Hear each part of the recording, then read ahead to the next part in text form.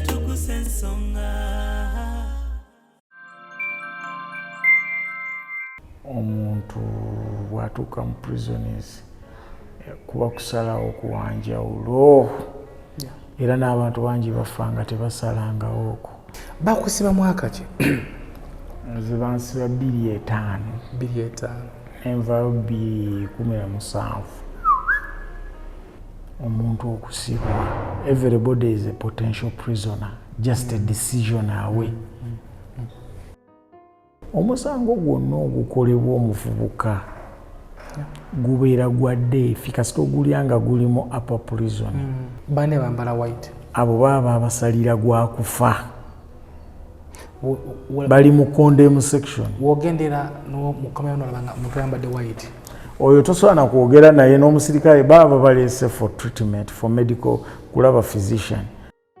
Ffe tulina we twali twepankapanka ne batumma omunnyo okumala ennaku 3 naye tewali yali asobola kutambula.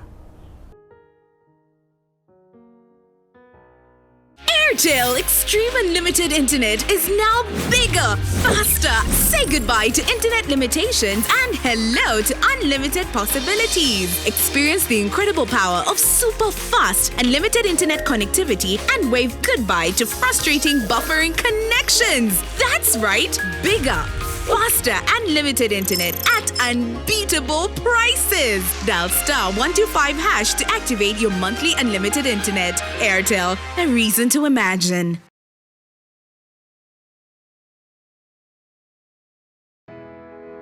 Tukwaniriza wano ku Annabelle International School nga tusangibwa ekitende ku Entebbe Road. Tusomesa okuva ku nursery paka ku primary era nga tusomesa amasomo gonna wamu ne music. Tulina boarding era gwe omuzadde atali kumpi oba abeere bweru wa Uganda tukukuumira omwana wo mu biseera bya holiday era omuzadde yeetaaza okukima omwana we ku weekend okkirizibwa okumukima n'omuzza ku Monday. Ebyokuzannyisa weebiri, security weeri era nga tufaayo nnyo ku ndya y'omwana wo. Okumanya ebisingawo kuba ku nooti 780 nooti 1331 oba nooti 775 31557 ye Annabelle International Nursery and Primary School.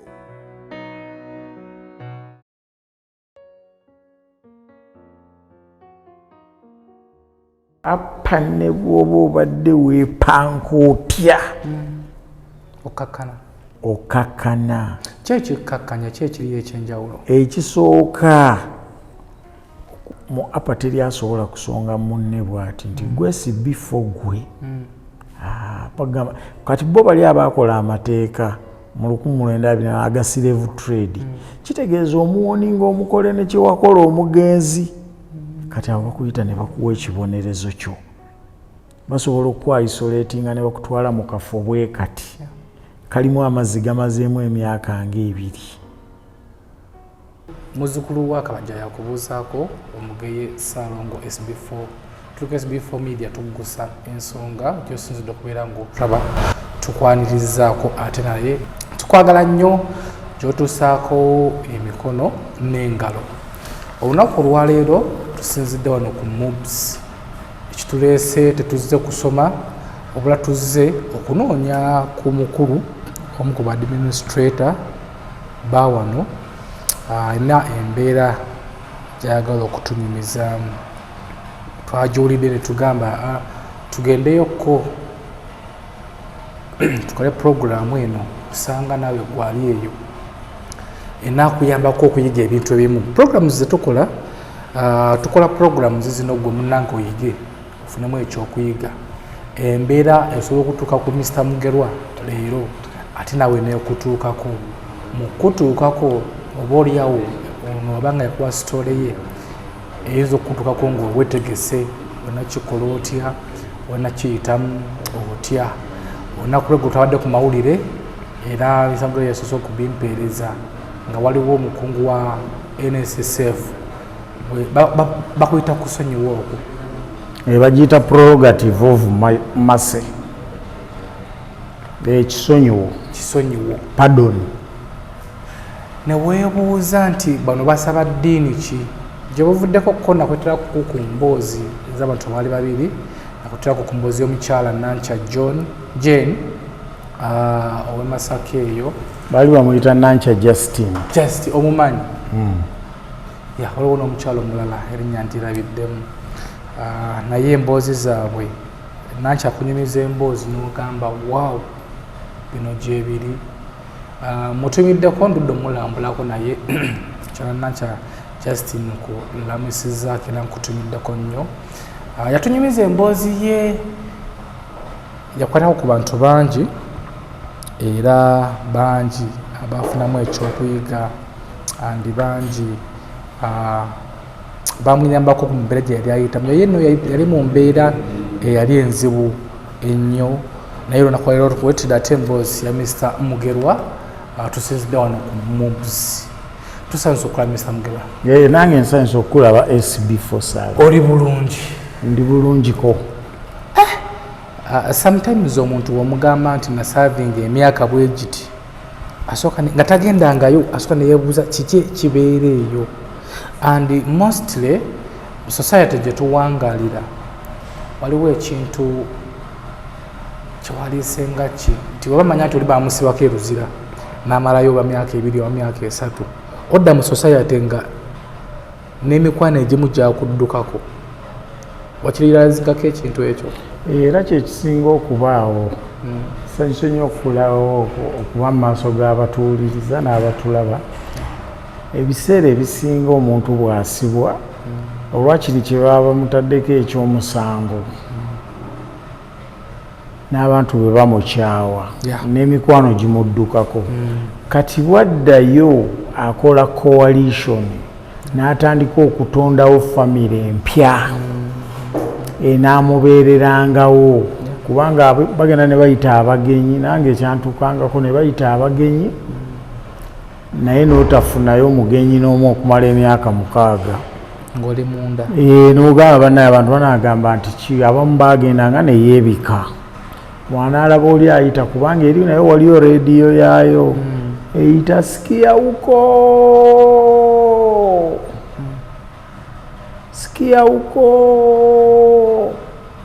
n'asoma amannya kati naawe omugala nange nteekaamu okaawo n'agamba tooka kwa visitation kati n'ogendako mu visitors room kuba tebakkirizaamu atalina mugenyi n'olaba ku bantu b'ebweru olaba oba onaalaba mu feesi gy'omanyi naye nga teri kati eyo mu tayimu eyo ey'okubulwa omuntu agenda n'atondawo coalition n'atondawo abantu abanaamubeererangawo mubaamu abantu abakoze obusibe obungi naye nga babumala nabaawo abalala nga bambi ayagala naye afune ku gino emigigi emito gimuyambe ebweru kuba giba girimandi bantu bangi ekituufu eriyo bebaconvictinga naye abantu abasinga bajja n'akozesa loopholes omanye no rotten judicial system ya Uganda eri rotten era gwoyinza okulaba omuntu yakola omusango misana nga n'abantu bamumanyi naye n'ogenda n'omulaba ng'atambula ebweru nga bamutadde kubanga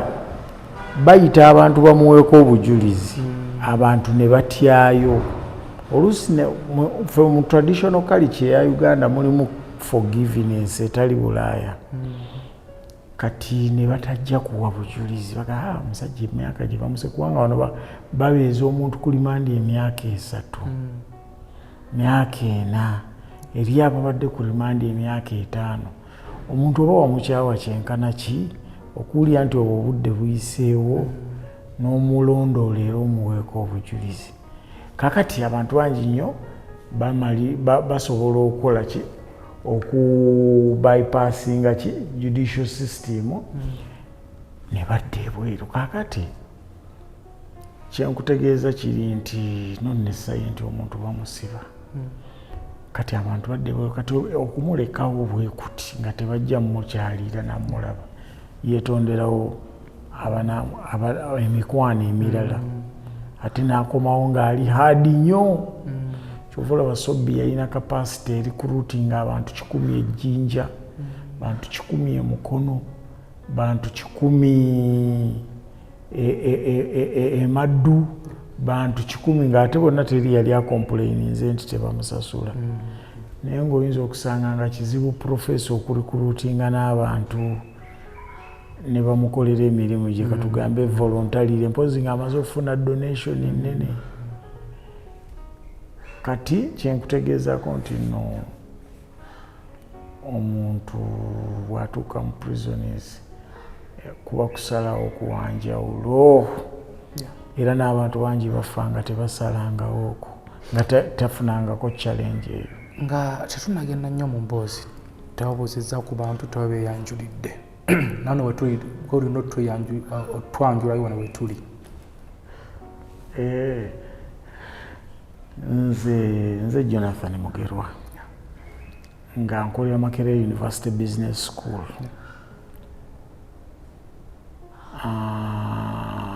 Wewano era wetuli ku Makerere University Business School. Wano okola woki?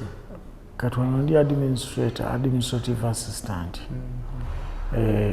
Entrepreneurship Innovation and Incubation Center. Ebyekola ki? Anti kati ffe tunoonya omuntu makyazinga muntu yasoma academic gondi programs naye alina okuba nga afulumye mu field ng'alinawo ki idea nga ate ne idea eri feasible and viable esoboka okugeza omuntu yajja emiyembe egye n'agisuubula kireka market asobola mangu ogitunda gyonna ne giggwawo. Naye ng'ate oyinza okugenda n'olaba omuntu nga yatandika ekyuma ekyaluza enkoko naye ate nekimudibirira kuba bizinesi ye teyali viable and feasible. Kati tuba twagala omuntu neye preparinga for the field, for the world. Okay, tuli ku SB4 Media Tuggussa Enssonga. Mutega amatu, mutumbule volume, muwulize emboozi eno. Ogenda funamu ekyokuyiga gwe munnanga ali eyo naye nga nyongera okujjukiza extreme wifi kuba bannaffe aba Airtel gyefunire gwe wenna akozesa internet oba emitimbagano gya internet wifi eriemu bagise extreme wifi okuva mu bannaffe aba Airtel. Wonna woli mu kibuga oli mu kyalo kiteekewo obeere ng'ate weeyagala. Tulina Mr. Jonathan tuze kumanya ku mboozi ye. Bakusiba mwaka ki? Nze bansiba 2005. 2005. Enva 2017. Gy'emyaka 12 n'okusoba. Ng'oli munda. Egyo tubaze egya kalenda. Kubanga yo prison bw'eba ekusiba. Court bw'ekusiba.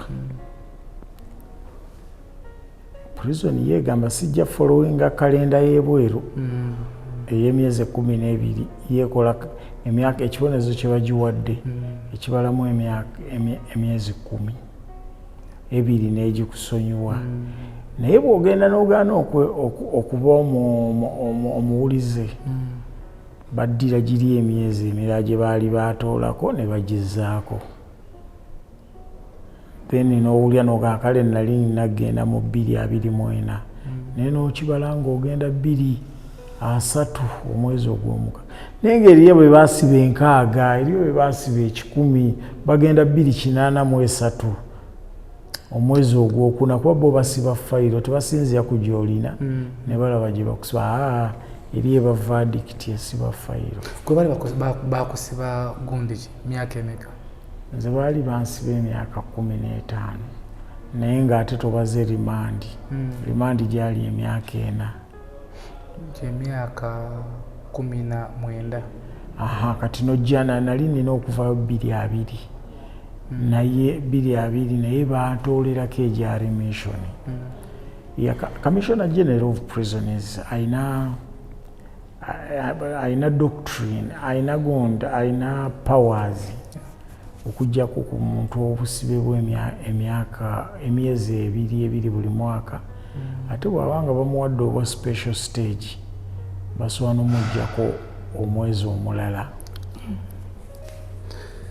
Omuntu ali eyo asobola okwebuuza kiki ekyakusibya emyaka egyo gyonna? Kale nsobola omuddamu naye omuntu okusibwa, everybody is a potential prisoner, just a decision away.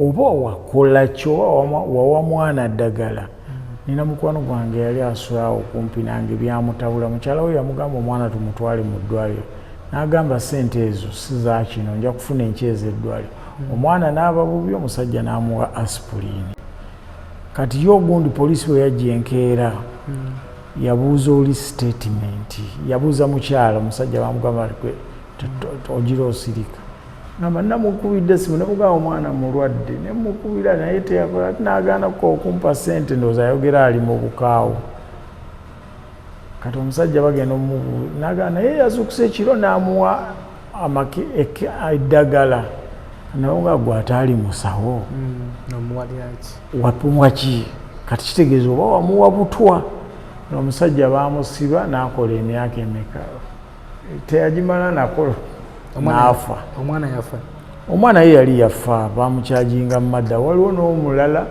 omusajja yajja amugamba sijja mwogera mannya ge naye omusajja yajja amugamba mbadde nsaba mulimu namugamba wano nga siinaawo mulimu oga muzeerengera ettaka liva eri waggulu nerikuwa kwano ku nju neryonoona ku nju kakati girabe yonna ekisenge bwe kifaananaga naga kati ngenda kulimayo biri byonna byonna ntememu ne terraces tuseemu amayinja amazzi agaba gajja gagende mwala galeme kuba kisenge ennyumba ejjaggwa nawe ng'ondabudde tandikirawo sajja n'akola bwe yamala olunaku olwasembayo mu kifo ky'okulinda omugagga oba amuddira enkya yasala kubo n'agenda ku bbaala eri n'akola ki n'anywa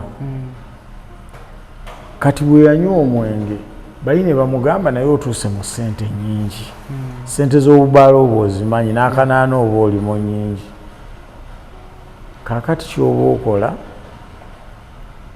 tuweerewo n'agamba nti bannaye njabbawo enkya nga bba ebyenkya tebabitegeera kuba omugagga yajja mulaba nkya ne bamukuba muno bwe muti ne bamufulumya wabweru abavubuka baawo abaali beegula ku oli agutunda ne bamukuba nakkakkana bw'ati ne baddukawo ne bamuleka ng'atudde bw'ati buba bukya bwe buti n'asituka n'agenda ew'omugagga wali n'akonkona omugagga n'amugamba oli eyalimye wali wuuli abadde ajze n'agamba mumukkiriza akole ki ayingire atuule awo mu ddiiro nja kujja mulabe n'agenda n'anaaba agenda okujja bw'ati n'atuula ku dining table n'agamba ono mujje mumpitire ono naye mpulira ensonga ze naye anywe ne kacaayi ng'omusajja takyalimu nakaki kyava akubira muganda we yali amanyi nti mujagujagu n'amugamba nti sooka ojje omuntu afiiridde mu nnyumba yange kati muganda we nga tannaba kujja ate yasooka ku poliisi abapoliisi n'abagamba nze kulaba muganda wange assa omuntu kati baganda be ne bakola ki poliisi nejja ne baganda be ne bamusanga ne bamugamba muzeeyi kyekibadde nti omuntu afudde bityo omuntu yatuula ku ntebe bw'ati ng'ate yabuliidinze ne bamutwala ku madda kati buli omu potential ki waliyo abantu bangi nnyo nali nabo yagula omukazi n'atuuka omusasula omukazi nga bategeeraganye ebirala ng'omukazi atamidde ate omukazi azze mu bwongo bwe ate ayogera ssente endala n'afuluma wabweru ne batandika okwebanja kati omukazi ye n'ataweweera abamu teyamugamba nako yali mwana wa mukulu nga agenda ku poliisi yamugamba kangende wano ngule akasenya agenda wali eri ng'agamba poliisi bannaye omuntu yakuba ekalifuumu nandeeteeyo nakati biki poliisi olwajja yakwata buki bukwasi ne bamukyajinga reepu bantu bangi nnyo bali ku reepu naye nga n'abawala ababasibya tebamanyi na gye bali kati Uganda ya leero investigations mu crime nze njagamba ziri rotten zidependinga ku ssente government interest into the offense n'ebintu ng'ebyo kati everybody is a potential prisoner.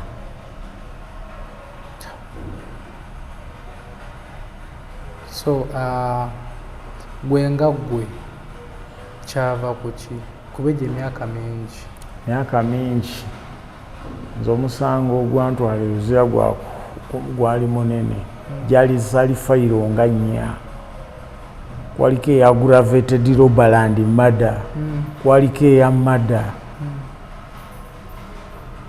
kyaba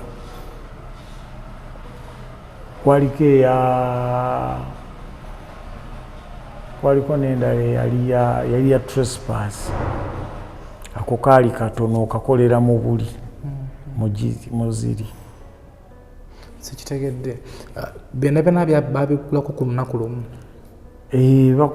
anti kati poliisi kyotamanya erina ebitabo 2 waliwo ekitabo mwe bateeka emisango egiri known nti Kyagulanyi yalwanye ne mukazi we Victor n'afa ekyo kiri known waliwo n'emirala nti twasanze omufu wali eri ekitabo kiri unknown nabo ne bajjuzaamu kati gugu baleese nga tebalaba wakukussa bulungi basobola okuteeka ku unknown kuba bw'obanga bakusanze mu jurisdiction eyo balireetayo omujulizi omu n'aseesa nga bagamba oyo tumumanyi mwamulaba akola ki nga gundi yamukokinze state akokinga era akkirizibwa era bw'ogenda n'osoma bwoti mu penal code manyi abantu bamanyi akatabo ka constitution naye tebamanyi katabo kali akalala bw'oba tokoze constitution kyegamba kali aka penal code abantu tebakalinamu interest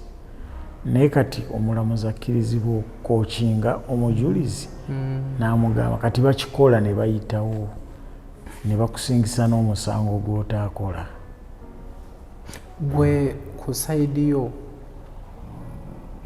wankibuuze ntya wali okimanyiiko byakuwaayiriza byakuseetinga kati nze okukusanyusa n'abakola ki n'abagoberera yakugamba nali nkimanyi abantu tebaagala gamba nti nali sikimanyi kyali kitya amanyi lwaki programs zino twempawulinganya abavubuka abaziraba abavubuka bazira obutayingira nnyo bikolobero kuba tubasomesa nti wokukola kino outcomes kakati waliwo omusajja bamuyita Mama Sonia yali abeera Mpereero oba akyabeerayo ne baawe yali MP yagenda abantu ne bayingira mu dayiningi ye ne babba naye house girl yakuba enduulu omuvubuka omu n'ayitawo bw'ati house girl n'amulaba baali bamuyita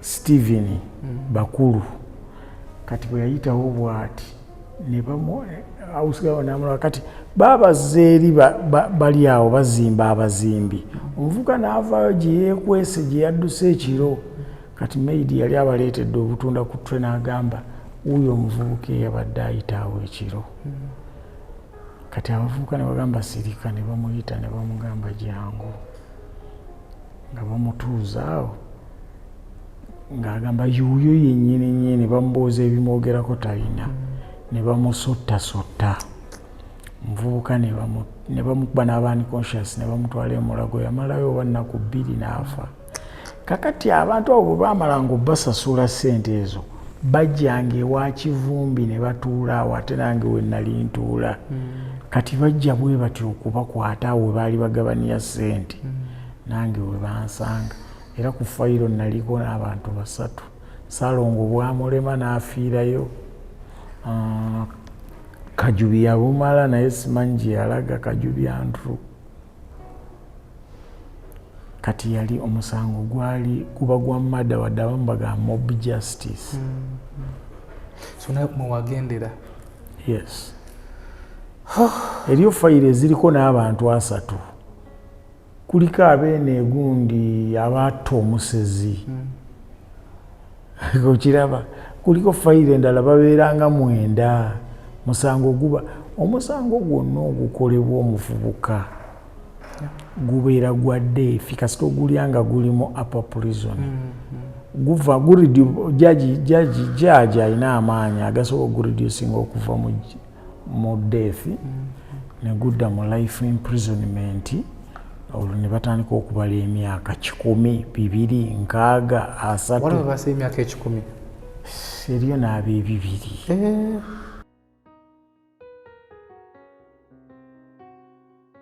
Are you interested in upgrading your sleeping and bathing experience? Then Ziwa & Sons is the right spot for you.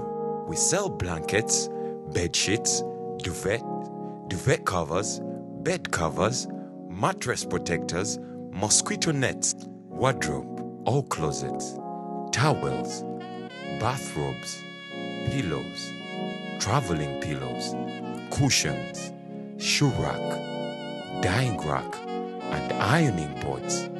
Buy all your favorite products online with comfort from your office and workplace, home, hostel at a go from our website www.ziwaansons.com and have it delivered to your doorstep. Call us on 0705 364 749. Ziwa & Sons, where comfort and luxury is a pleasure.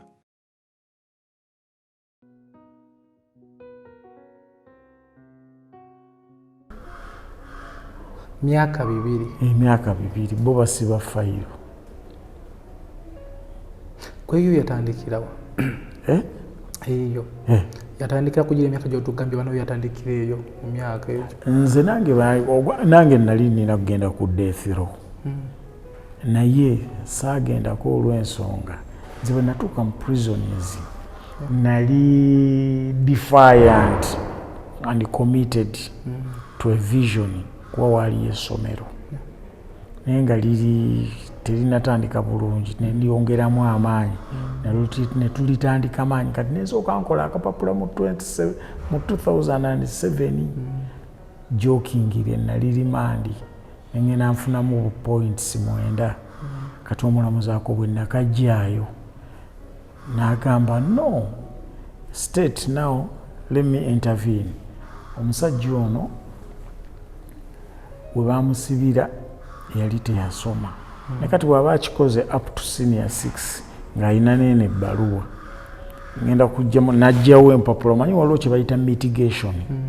Omusango gusooka ku hearing ne gujja mu ruling gujja ku mitigation. Bagamba nti omusango guno gubasinze naye obadde osaba kikooti. Era kyova olaba eno Susan Kigula and 140 and 4617 and others bagenda ne basuubinga abantu abali ku death penalty ne babajjako. Kuba bwe tugenda mu new sentencing guidelines abantu baali balina obbabuuza nti obadde osaba kikooti bakiyita mitigation naye tebaakibabuuza. Kati nze bwe baakimbuuza kwe kujjayo grounds ezo. Kati judge n'agamba nti ono sigenda mussa ku death. Era keesi yange yasooka okuba nga abadde yakusika muguwa naye nga tebaatutte ku death row oba ku naye ng'eno bw'oba obukola manyi oba otunuulidde death. Watolina ssuubi. Kaakati aka senior 6 kanyamba nnyo. Era bwe namala nga nze sigenze ku death row wadde nali mpeereddwa emyaka mingi ne mobilizing abantu ne tutandika okusoma. Nali n'abakwano bange eno be nasoma nabo Makerere College ne mbatuma ebitabo ne mbatuma biki ne tutandika okusoma. Ne tutuuka n'okuyingizaawo enkola nti nno bw'oba osoma tebakutwala mu faamu. Era twawandiikira Francis Abayino wa Uganda Prisoners bamanyidde ssebo omuntu amaze asoma reform. Kati abantu bo bagenda mu prison nga bwe nagambye bafa ku kya creating a coalition. Gondi gangs naye ng'ate olina okutunuulira reform. Kati nze nali vision yange yali ya reform. Kati abamu basoma baleme batwala mu faamu, abalala basoma bafunemu bajje eno nabo bacontributinge ku national growth oba bacompetinge mu job marketing nze. Ate abalala basoma nga bayise obudde. Kyova olaba wano mubuzi oba yasobola kuleetawo 2 kati tuli 2 kubanga mubuzi bwe twamala okusoma twawandiikira Professor Waswa Balunyo yaliwo mu kiseera ekyo nga principal. atwete ku programs ezisobola ku university programs ezisobola benefiting abantu abali incarcerated. Najja in person n'agamba please ngenda baleetera university programs. Era twatandika ku certificates ne tugenda ku diploma. Nenze bwe navaayo nina mukwano gwange abeera eyo Newcastle Bungereza. Bali bamuyita Tony Sempafu. Yampereza sente nensasula functional fees. Nange nengenda nga maaso okuyiriba eyo ewa Kisekka. Nengattagattako nensoma semesters ezaddako. Era bwe namala okugraduatinga ne bampa omulimu wano. Era wenkolera. So Katonda asobola nga bw'ayogera mu Jeremiah 31:2 agamba nti I will reward the survivors of the sword. Bw'obanga ovuddeyo Katonda asobola okuriwadinga. Kiwulikika kitya wawulira otya mu kaseera ako nga bakutwala ku musango gw'otazizza? Anti kati omuntu gw'oba omanyi omusango gw'oba omanyi oba waguza abantu bonna abasinga baba bakola misango. Oyinza okuba ng'oli waka ne baleetera asikaali teri asikaali ayinza kukugamba ati temuyingiza amabaati naye basobola okukugamba nti nno wabba amabaati ne bakutwala paka luzira then n'okozesa ssente nga naye oli mu luzira. Kati eri prison Gambia naye eringa calling. Buli muntu yenna is a potential prisoner. Naye olugamba ku poliisi wootiira ng'obadde ovudde waka kuba omupoliisi ye baamusomesa ku PTS nti jangu tugenda bimalayo ogenda just wano kati ni wano. Kati awo bagambira towa viato towa musipi awo n'owulya ng'osaze kirezi. Kati ate awo ne bagamba nti omulamuzi ye nti asoma busomi n'agamba nti no you have been remanded till 30th or 20th ngakuwa weeks ng'omanyi ogenda. Kati awo bw'olaba baasi ya prisoning ezze ng'erimu n'obutimba kuba ne bw'oba oyagala kwesuula mmoloka ekutomere toyina. Bw'oba oyagala genda ogula ekintu wette bakussaako nnyo amaaso. Kaakati wali eri omuntu ogezaako nnyo okulaba ng'oyiya escape bakiyita alternative naye tewaba alternative. Naye buli muntu yenna olumugamba nti genda eruzira lwakuba kati bakozeeyo prisons endala nga Kitalya naye obulamu buba butabuse. Kyovula abasajja abakola obusibe abamu nze nja bamenya kuba bakwano bange nga Lwakasiisi ye amanyi n'empeke z'ebinyeebwa eziri mu kiro. Era kugamba ziyinza okubaamu empeke 65 mu 5 ne mubala wakiriko n'agwamu empeke nga 2 oba 3. Amanyi kiro za sukaali kiro ya sukaali emuli ejjiiko zirimu mmeka. Waliwo obwongo ebaziyita adaptive skills. Ng'ogenze mu kintu kyotabangamu you learn to adapt.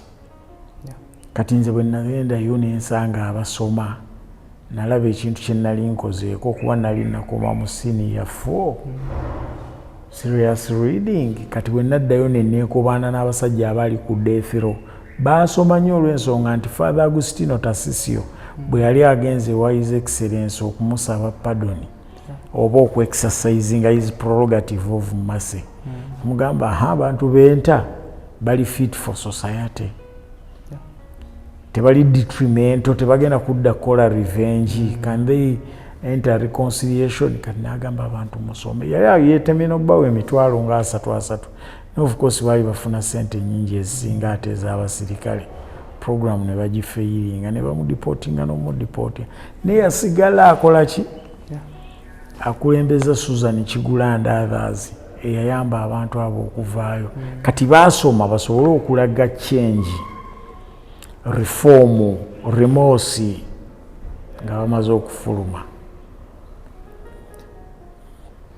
Kaakati kyengwezaako okutegeeza bwe nabagamba nti mujje tusome baali responsive bajja ne tutandikira awo era ne tukikuba paka ku university program. So the school in Uganda prison is fully fledged. Itandikira ku FAL paka ku university programs. Ate ne bwoba ofulumye in between yawo tulina Reintegration Academy. We can tusobola okunona yeruzira ne tukubudaabuda ne tukuwa ne ku mmere ne tukuorientinga ne tukutambuza arawundi. Bw'obanga olina kyokola nga olina skill ne tukulinkinga ku bantu abo kwegamba correction ne tugifuula complete kuba bakola Uganda prisons nga correction is not complete. Kati nga bano abasajja be nabadde nsoma be baatadde n'ekyandya jjamwa lwakuba siyinza kugamba nti mbajjukira bulungi oba bwenti ne bwenti. Kwaddeko Kyandya, David Kyandya Jamwa, Ntale Vincent, Drabo Nelson, Amirambe James, Aliyama Samuel, Leku Francis, Kabila Joseph, Yoha Aitia, Alias Semu, kuliko Kato Freddy, Owino Jackson, Okero Zakaria, Nono Joseph, Auma Misach John, Alias Ojambo. Kati bana abantu wadde 13 niba abatadde kibwatukira. Kati omuntu ono bw'abate ya preparing for his release waliwo awo obuzibu aba agenda kuddawa. Kati tufa tugamba nti the journey from the pit starts from within the pit. Kati gwawe bakutadde wobuna okutandikira naawe okulwa. Olowooza kyavudde ku ky'abantu abo okubata?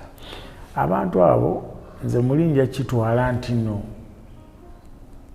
kati munaye sijja kuwa ndowooza yange entuufu naye ba presidential ki era bakusomedde wano ne bagamba nti no exercise of the prerogative of mercy in respect of 30 prisoners in accordance with Article 1214A of the 1995 Constitution of the Republic of Uganda. His Excellency President has guaranteed pardon to a total of 13 prisoners on public health and humanitarian grounds.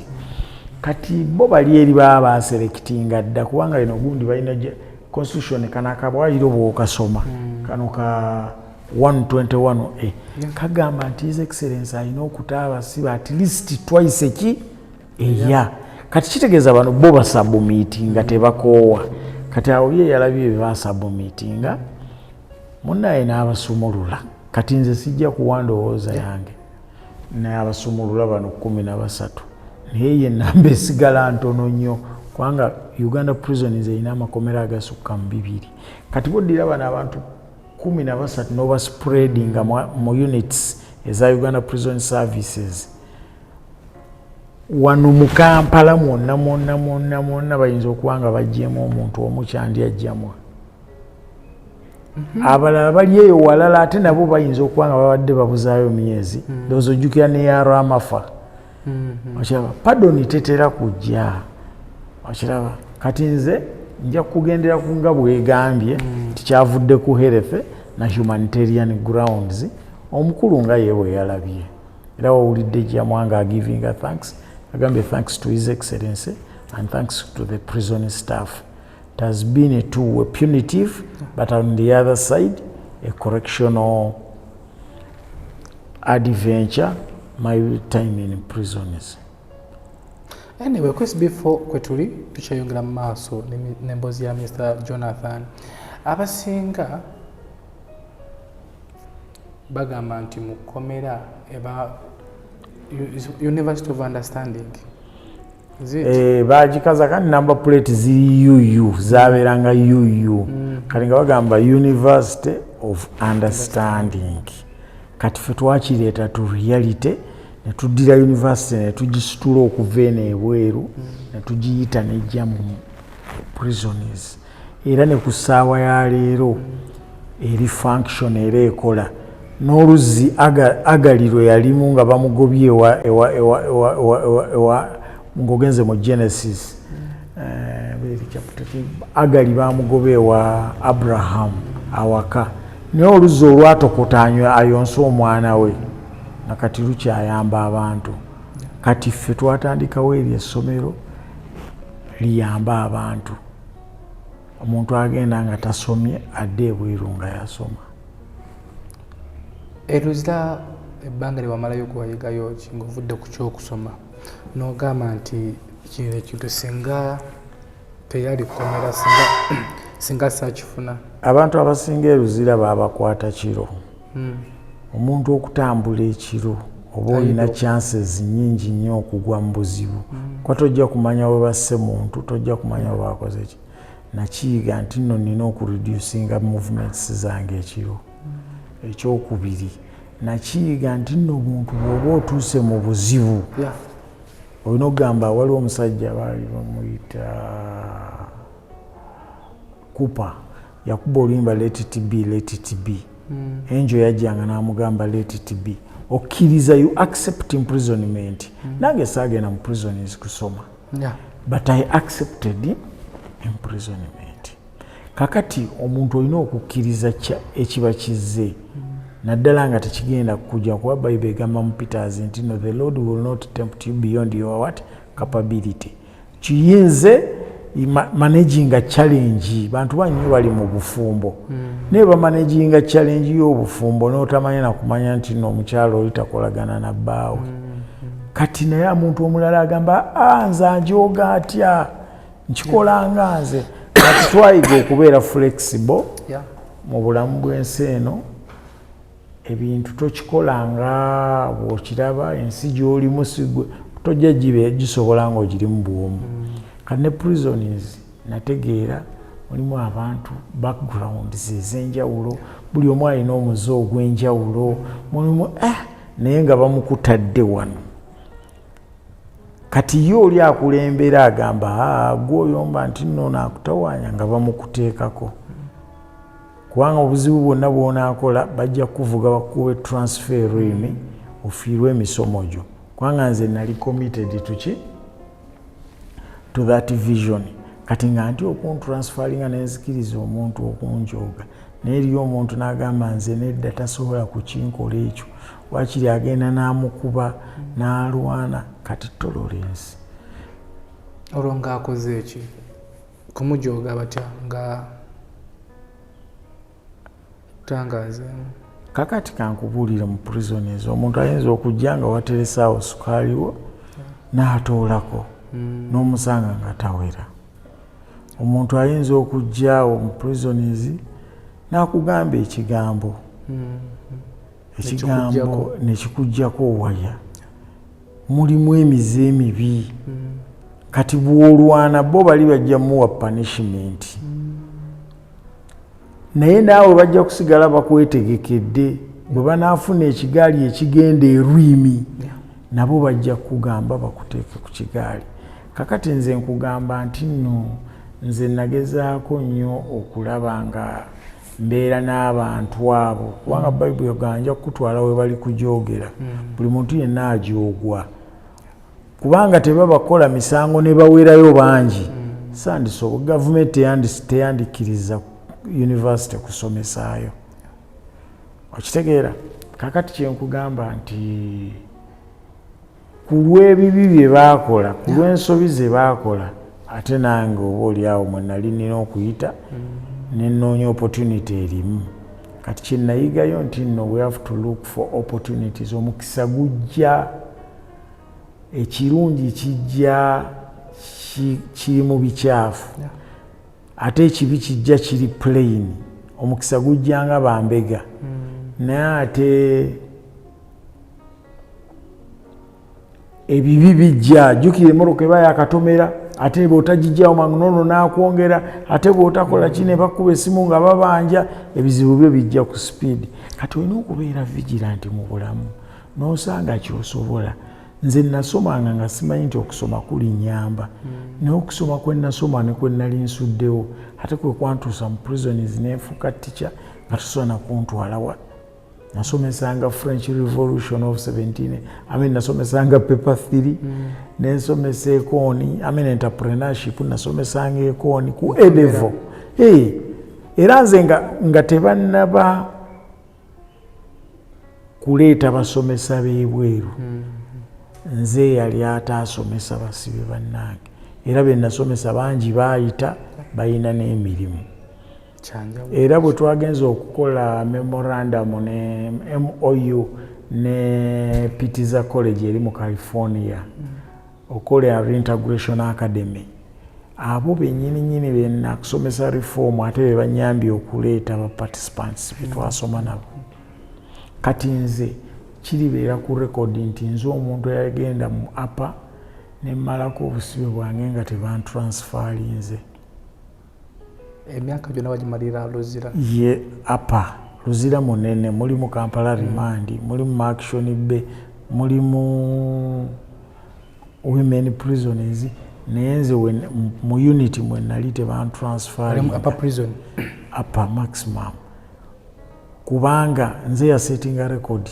kumuntu olaba abaana ba Isirayiri mu Bible Katonda yabeetolooza emyaka 4 njagala nnyo omusumba Joseph Serwadda agamba teweekola kikyamu tomala googera Mukama Katonda agenda kukola ekirungi alina we yayogera mu Ezekieri 22:14 nsobola n'okusomerawo bona abokkiriza nti will your hands have courage by the time I come to deal with your case champanga amanyi nti one day the Lord will be dealing with my case nze buli mwezi government enzijako $50 mwegi sobola okulaga pesiripu yange ng'omusolo gwokka buli mwezi ogwo nno omusaala gwa musirikale mulamba ng'ate mukulu enzijako $5 mwegi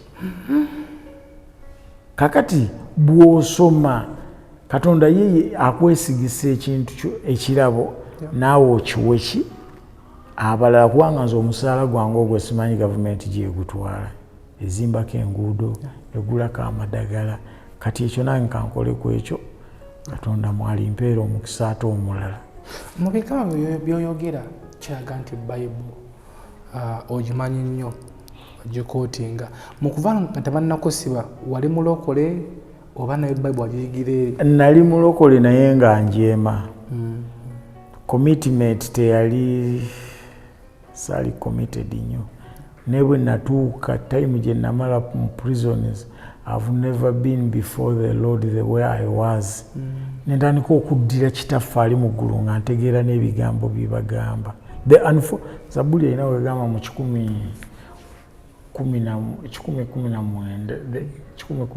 the unfolding of the word brings knowledge and sanity kati kyenkutegeeza nti wano saali nnyo wabweru saali nnyo committed mu kutandika wano ogeza olugamba nti Bible eno yanyamba nnyo yambeererawo yakuyamba etya yakubeerawo etya ng'oli mu eno Bible ogiraba ekigambo kiggwayo nti basic instruments before leaving earth era kyova olaba n'abo bonna abakulembera eggwanga balina okukola Bible study era kino kyekitabo ekirimu towulyangako oluyimba nti standing on the promises of the waluulyako muno mwe muli promises ezisobola okuwa omuntu n'akola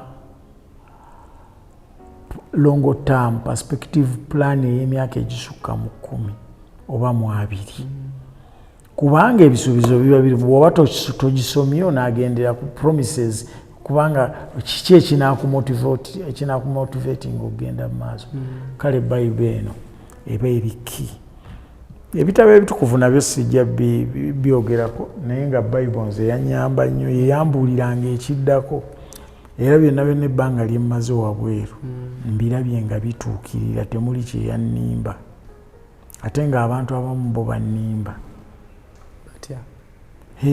waliwo eyansuubiza bamutwala mu America n'ansuubiza okumpeereza I-24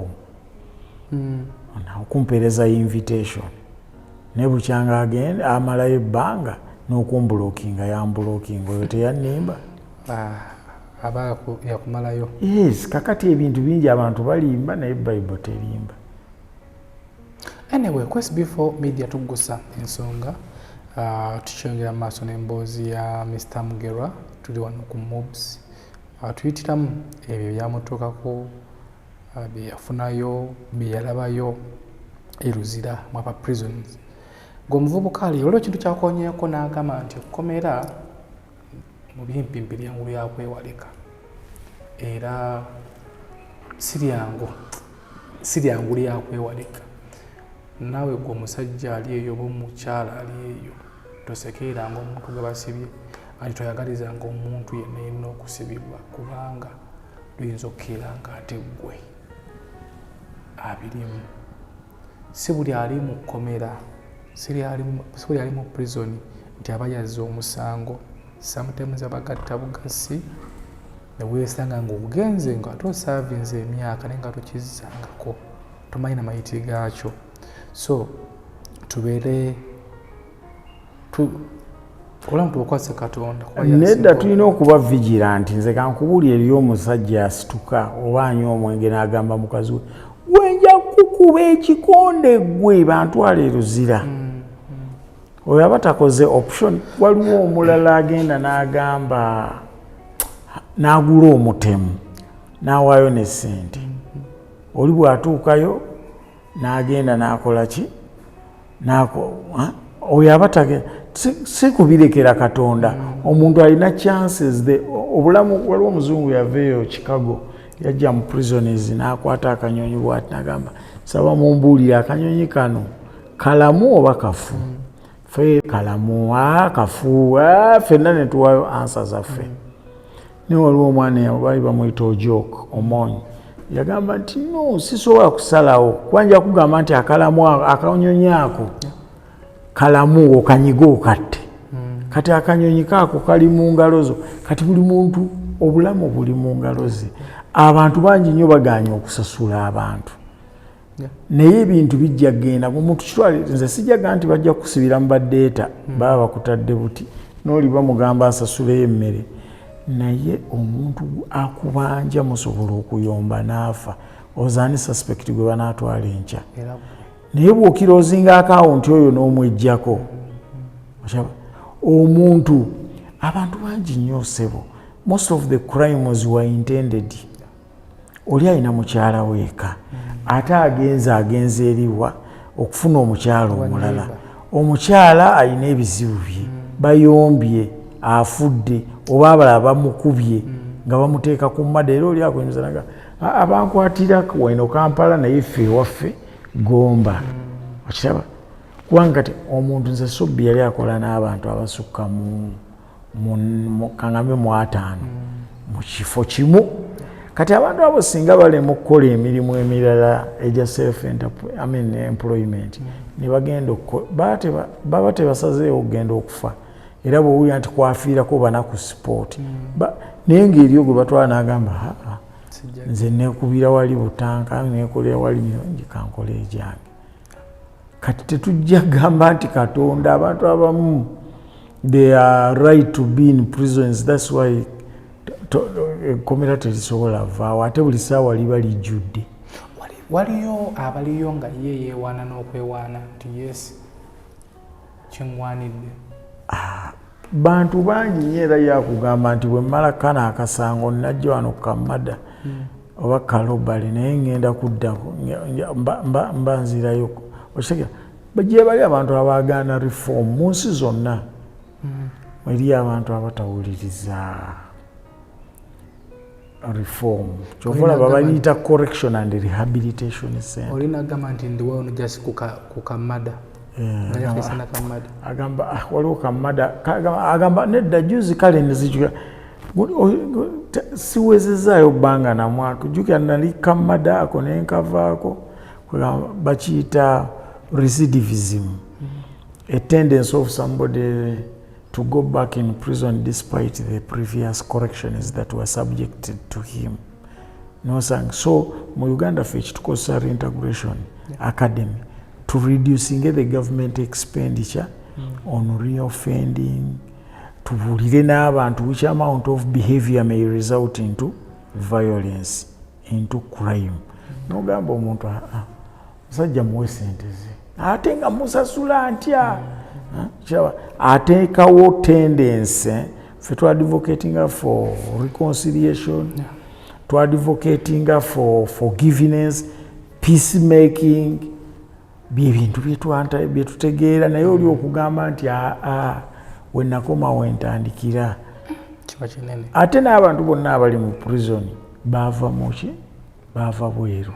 Kati bino bye tubuulira ab'ebweru bicontrollinga prison population mu 2040 oba mu 2060 kye tulina okukola kubanga obulamu bwa prison nze kankuwulire nagamba prison erimu ki erimu remand, erimu convict, erimu death nga ye tamanyi na kibonerezo yali ku death row be bambala uniform eno gye nakulaga eno gye bambala kuki ku gundi white bane bambala white abo baba abasalira gwa kufa bali mu condemn section. Wogendera no mukomera no labanga mutuyamba de white oyo tosobola kwogera naye n'omusirikale baba baleese for treatment for medical kulaba physician naye tosobola kwogera naye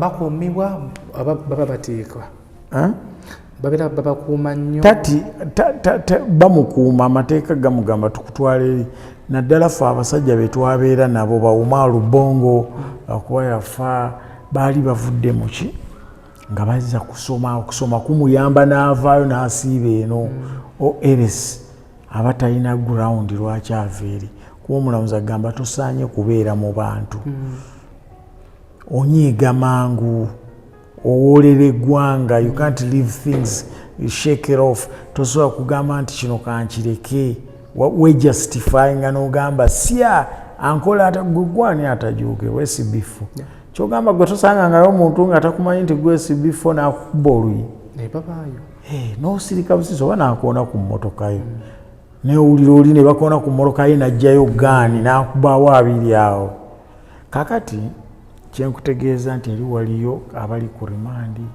eri abali ku conviction eri abali ku death row ne wabaawo n'abantu abambala bamyaka mingi abambala uniform eya orange wabaawo n'abalooja abayeeyisa bubi mu unity emu ne bagamba tetujja musobola sajja wuuyo ne bamuleetamu apa tosobola kuleetayo olugezigezi kugabayo yanjawulo apa ne bwoba obadde weepanka otya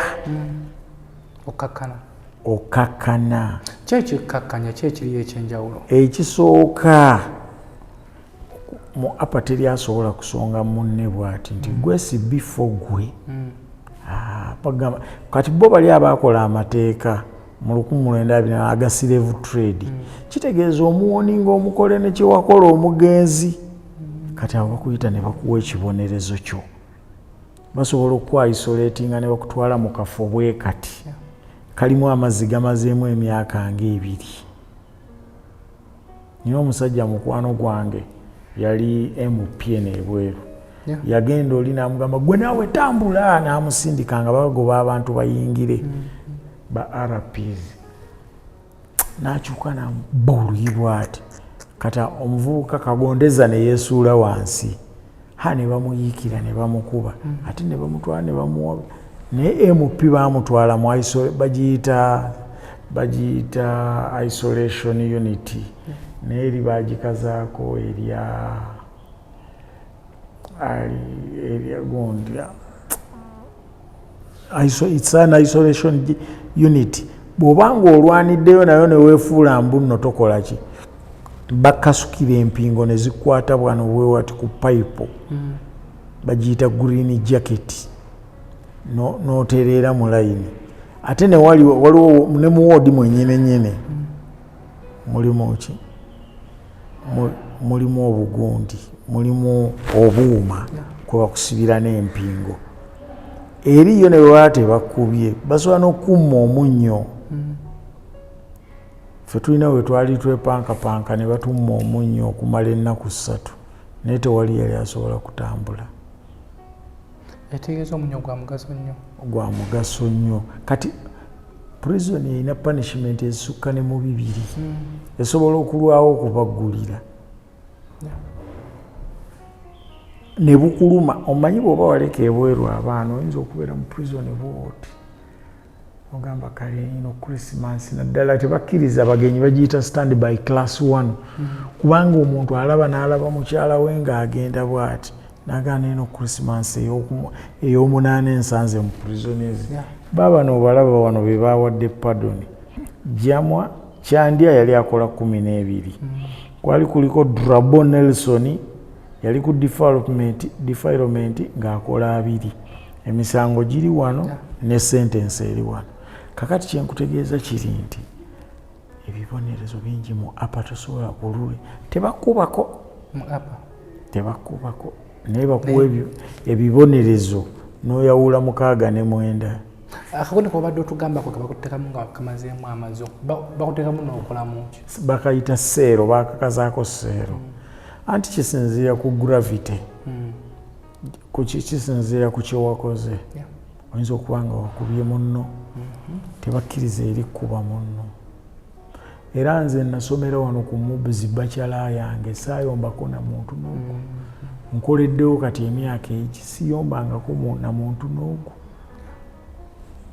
Naye luli nga tonnaba nga tebannantwala nga nze omuntu onjoogana okuba ebigere 2 omuddizaawo kuba zirizi 1 2 1 2 waleko bokisa. Nze emizannyo gye saakola nze nasomera Makere College School. Emizannyo gye saakola ate nga nkola ki emizannyo gye saakola mitono. Kati ffe n'omuntu yennyini ate bokisa kyova tebamukkiriza na kulwana. Bw'oba ng'olina ekintu kyonna kiwuli kiprotecting ekitali ekyo bajja kutwala omuntu gy'agasiza. Oba gwe wagaana okugasa katulere kubanga buli bakuweereza ssente ez'okulya ez'eddagala ezaki kuliko abalyako ng'oli mu kkomera. Kati gwe oba wagaana okugasa nga weefudde ekitagasa kabakutwala gy'ogasiza. Eyo oba ogasa ku mpaka. So SB4 Media Tuggussa Enssonga tukyalina omukulu Mr. Jonathan tukyeyongera mu maaso naye nga nyongera okujjukiza bannaffe aba Airtel yakuletedde extreme wifi nange gwaliyo gyefunire obeere nga tofuna internet etabuukabuuka internet egenda okuweesa emirembe wamu ne famire yo abazadde bo oyinza okuba nga oli eyo mitala w'amawanga naye nga bazadde bo bali mu Uganda bali mu kyalo eyo waleetazo bakubye ku kasimu ku video call balabeko naye nga kaddata olina kugulako buli lunaku tokkiriza kugula kaddata ka buli lunaku giteeke gigule extreme wifi giteekeyo sasula mwezi ote obeere ng'omyako ne bazadde bo. Tukyeyongera mu maaso Mr. Jonathan waliwo olunaku lwabeera mu kkomera ne wejjusa n'ogamba singa saazaalwa. Kyenjagala okugamba muganda wange mu kkomera teriyo lunaku lwangu. Buli lukya lubeera luzibu. Kyova olaba baalekawo ekisaawe era juzi natuddewo njagala nnyo abantu abajja leo ati ne basponsoringa nze nakozesezza ssente $2 million n'entwalayo ekikopo ky'omupiira ekya Reintegration Academy natutteyo ekikopo ky'omupiira tournament. Kati tugonze ku bulamu naye buli lunaku to answer your question buli lunaku mu prison luba luzibu. Nze namalako wiiki nga 2 nga siina gwe njogera naye ng'osirise nandyagadde okwogera naye nga siina gwe njogera naye. Ab'ebweru bansalayo bano ab'omugundi mu kkomera gw'oyogamba oyogere naye byayogera tosobola nabitegeera. Eri apa prison baleetawo buli muntu owa buli kika. Sajja yabeeranga mu ttale ng'anywa njaga gye yava n'akola omusango kati agenda kuzimba ki kyova bw'obanga oli onoonya emikwano era nze emikwano gye nasooka okuba nagyo mu prisons gyalinga giva mu death row ziva ku death row Uganda eri Kalabba kati tewali okuddamu ekibuzo tewali lunaku lwangu bayinza okuleetera ebintu byosimanyi wakati babiterezaako ne byonna obumonde ne bajjanga obutungulu nga babusikamu nokeno tukanoka naye buno obumonde bwe baleese bayinza okuleeta ebintu ne bagamba tetukyakkiriza ebintu byonna mulina kugula mu kantini yaffe yiiri wali situlo zeeyo sente zikuweddeko obaddemu na transport ate omuntu otebamukkiriza nakusisinkana tuleese ebintu naye byonna bikomye wali mulimu abaana abasoma listingi ne SB4 naye ebitabo kituufu gavumenti yegamba nkukkiriza osome naye kiri eriba waliwo kye tuyita correction by the community eri bba abasajja mu America beekolamu zi ministries naddala omuntu nga talina mulimu agenda n'amobilizinga banne wano mu gurupu n'abagamba ngendako mu prisons nze simanyi kyabasibya siri mulamuzi naye kambatwalire ku kikopo ky'omupiira bakola Katonda yakola omuntu ng'alina emikono ebiri guno omukono gukuyamba olye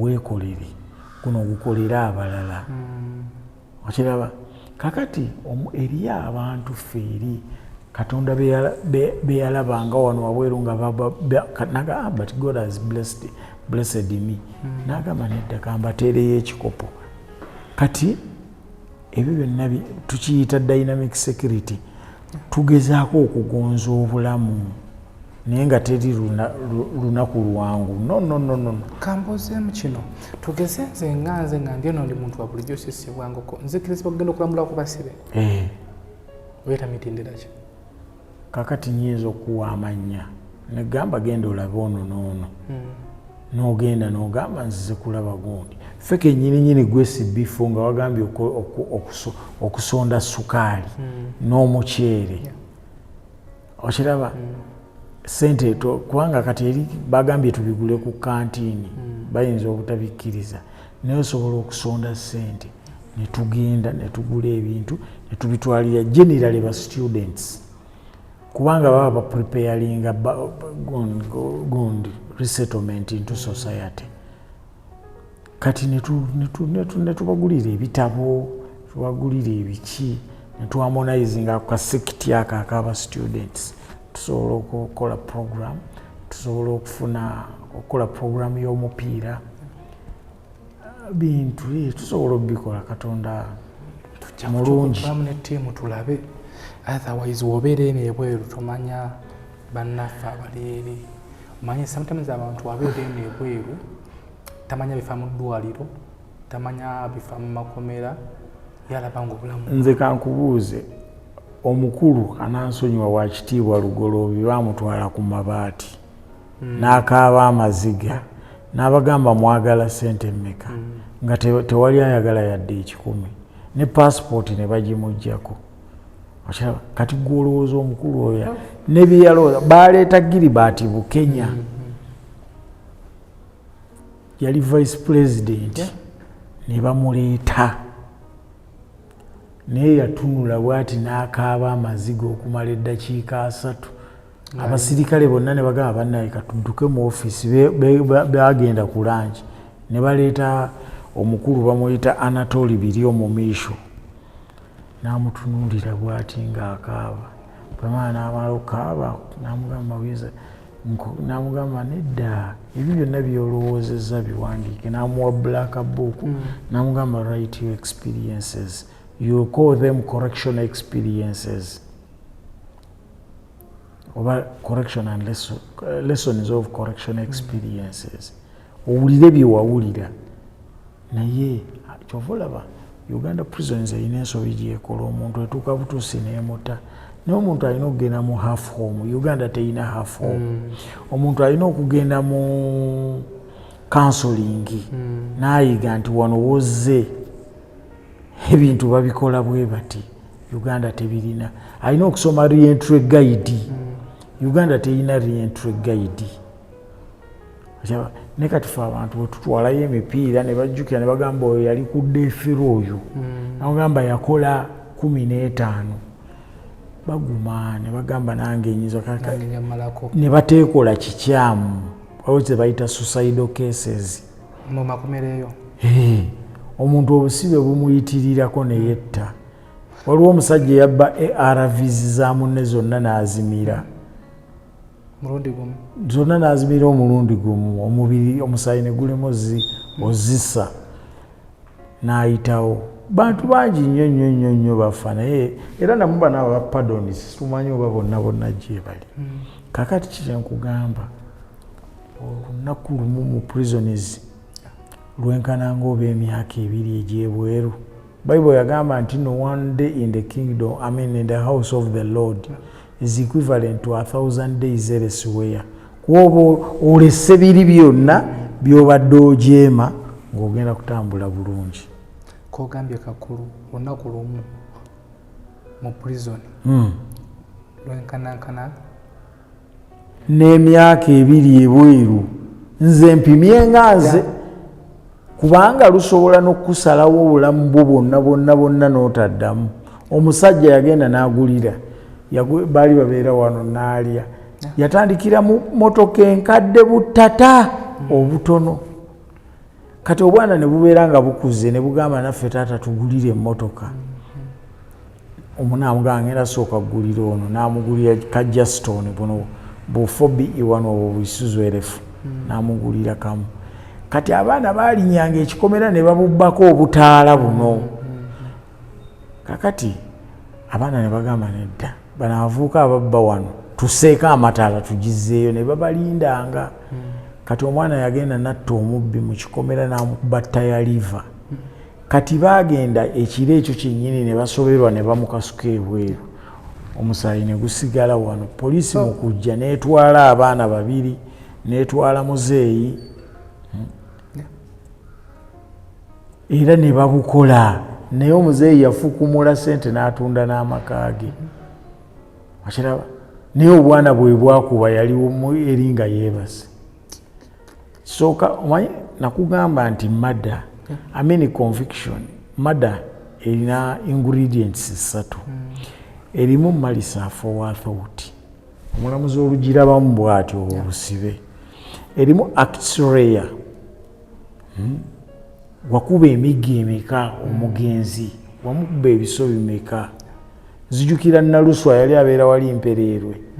Muganda we yalinga ajjanga afunye omulimu mu Maniyu nga gyalaba emipiira ayiga abazannyi agenda abakoleko yali dokita. Naye tojjanga mu kyano nga ye wajja yagateekako supersport. Omwana lumu n'atereka wano akambe najja n'akamufumita. Abasenzi baba bali eri wansi bafumba balaba omusaayi gutonyola okukabwe bati ne bakuba enduulu kusanga nga Naluswa yasse muganda we. Ate omukazi yayita eri n'agamba nti ze sifiirwa abaana bange bombi.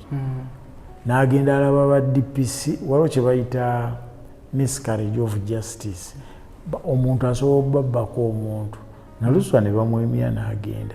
Kikyengezaako okugamba mbadde nkubuulira point yaki ya buli omu potential prisoner.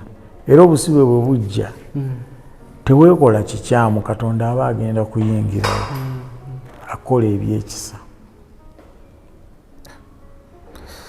Anyway, nga tuwumbawumba tukyali ku SB4 Media Tuggussa Enssonga twagala kuwumbawumba tukuleka ate emirimu naye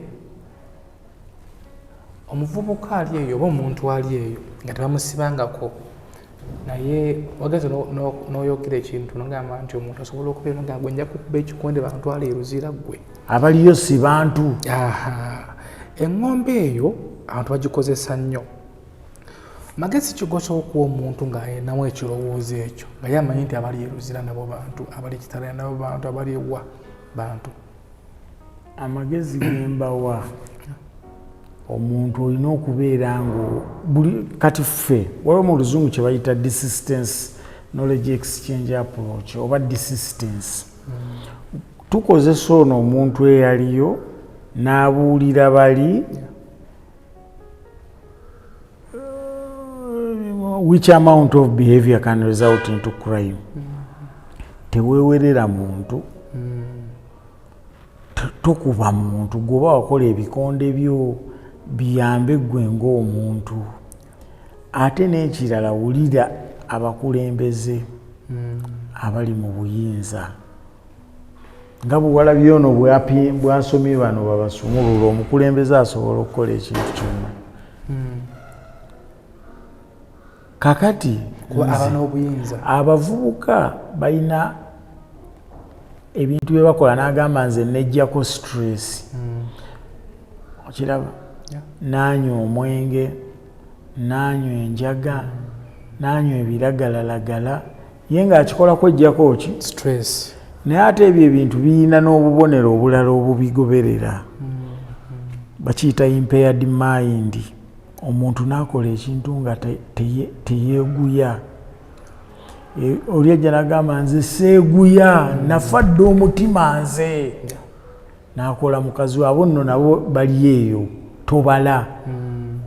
Bakiyita crime of passion. Oli aba yakikola ku muntu we. Kakati we omulamuzi agamba wottidde mukazi wo, olwo onaasanga omuntu omulala. Ogwo guba gwa death. Go and suffer death by hanging. Kati omuntu yenna yenna asitula stress, genda oddukemu, genda owugemu.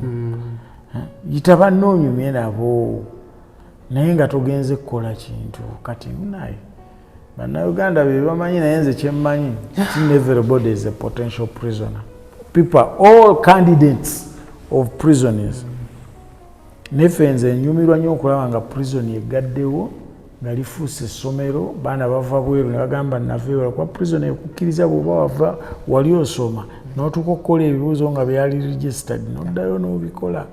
Kati nze njagala essomero lisinge ku kkomera amaanyi ng'abasinga bonna basoma, bafulume ebweru nga balina value gye ba addinga, nabo bennyini batandike. Nze nagambye gavumenti enkekejjulako 5 omwezi pamaafi, naguno omwezi egenda kunkekejjulako 5 nga tebannampa zange, esooka kwesasula nga ate teyampakira, teyangulirako kyakulyako, naye ezo baziyita pay as you earn.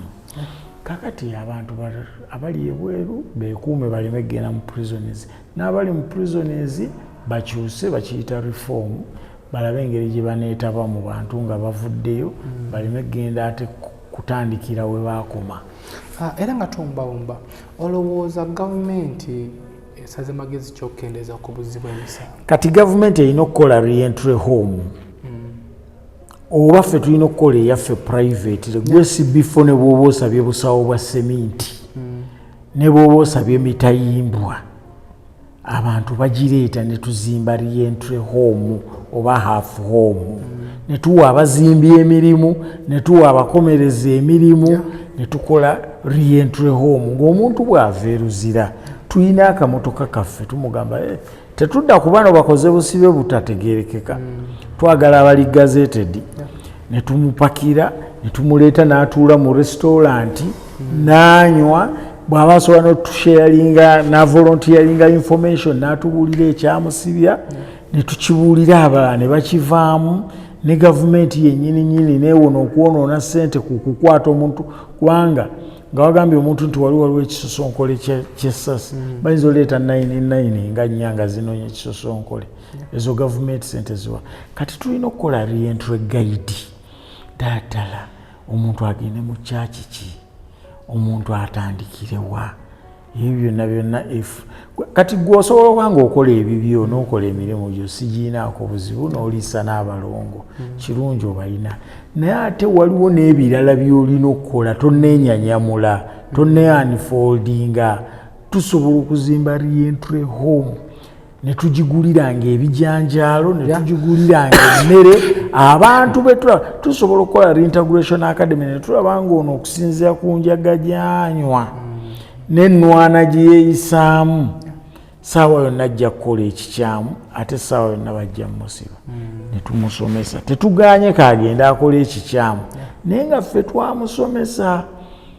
kati ebintu bingi eri bakansalaza anyumya ndi kansala naye siina mulimu sooka ogende otugawegera naffe tukole permission bakansala bagende bakansolinga abasibe wakati bayibuli egamba nti nja kujjamu omutima ogw'ejjinja nguteekemu omutima ogw'ennyama abantu bafulume ebweru nga nze gambye nze mbadde nga mbeera wano nze ngenda ku lectures eyo lecture room ne mbulira abantu ebyantuukako musajja n'agamba omusajja omu muganda we student wano yali amaze muganda we n'amugamba nina mukwano gwange avuga loole bw'aba agenda eyo mu kyalo adda tekuli kintu naye yaŋŋambye nti ensawo y'amanda eri kuki ku $200 kaŋŋende nguleyo amanda nga bwe nninda kyeŋŋenda okukola engeri gye nguraduatinze ndeeta amanda kakati bwe naagireeta wano nja gateeka awo abantu bajja gagula mukaaga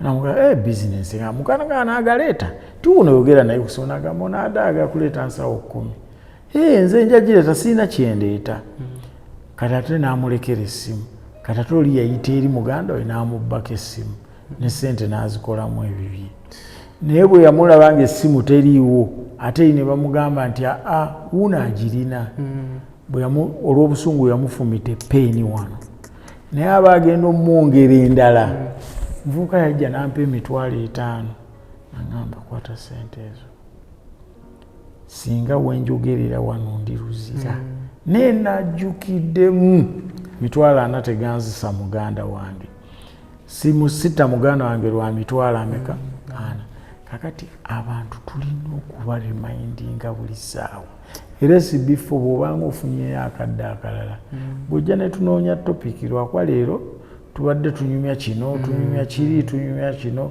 tunyumya kiri nze njana kukulaga ku bbaluwa zange tujja funa obudde tujja kuddanga nga tukukyayirako tukulambulako emboozi ng'ezo zituyamba nnyo abavubuka naye ate abavubuka zituyamba nze muganda wange Nankya Justin alina muganda we ye yali tamanyi nti muganda we mubbi Nankya Justin yakola obusibe bungi era na wano bagambye nti nno mulwadde naye bambi ti essomero bw'otuuse kati essomero eryo liyamba nnyo likuwa ground kw'osobola okutandikira naawe n'osaba omulimu n'okola ki kati abantu omutawana guguddewo naye teweekola kikyamu anyway tweyanza SB4 Media Tuggussa tweyanza okukkiriza ne tukukyazaako katusubire nti programu eno gwali eyagirabye ekwadde ekyokuyigira ogifunyemu kyamaanyi SB4 twagala ku reducinga crime twagala ku reducinga violence twagala okupromotinga reconciliation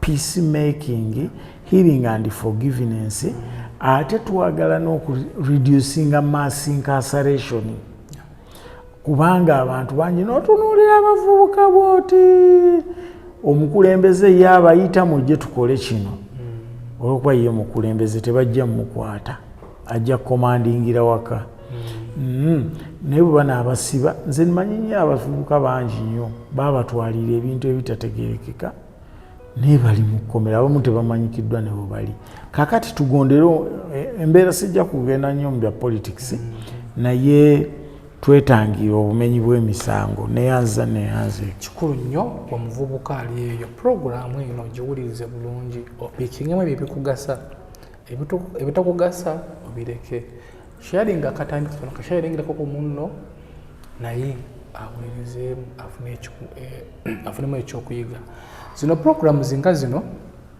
tetuzireeta nti lwakuba nti tunyumya nnyo wabula tuzibaleetera gwali eyo nawe omuzadde nga oli eyo abaana balemuulidde omwana wa P7 wawuliriza puroguramu eno nga nawe wooli awo nga womubulirira kukakasa tajja sigala kyekimu mu myaka egy'obuvubuka tuba n'amalala emyaka gino gitutuma naye twetalina puroguramu zinga zino oba oli awo ziyinza okutuyambako okutumentalinga obulamu bwaffe ne future yaffe nze muzukulu wa Kabajja Saalongo Airtel tuteekamu ssente weefuire extreme wifi okuva mu bannaffe aba Airtel giteeke ewakaawo giteeke ku office oba ku mulimu gwo ofune internet etabuukabuuka bagise extreme wifi okuva mu bannaffe aba Airtel ndine kamera nomwe ku kamera but editor waffe mbere bulungi mweraba.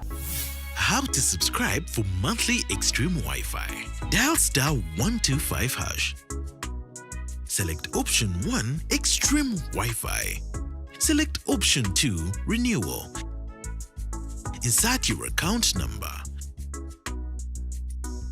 The package subscribed for will prompt you to select Accept. Enter your Airtel money PIN to complete your transaction. Airtel, a reason to imagine. SB4 Media, Tuggussa Enssonga.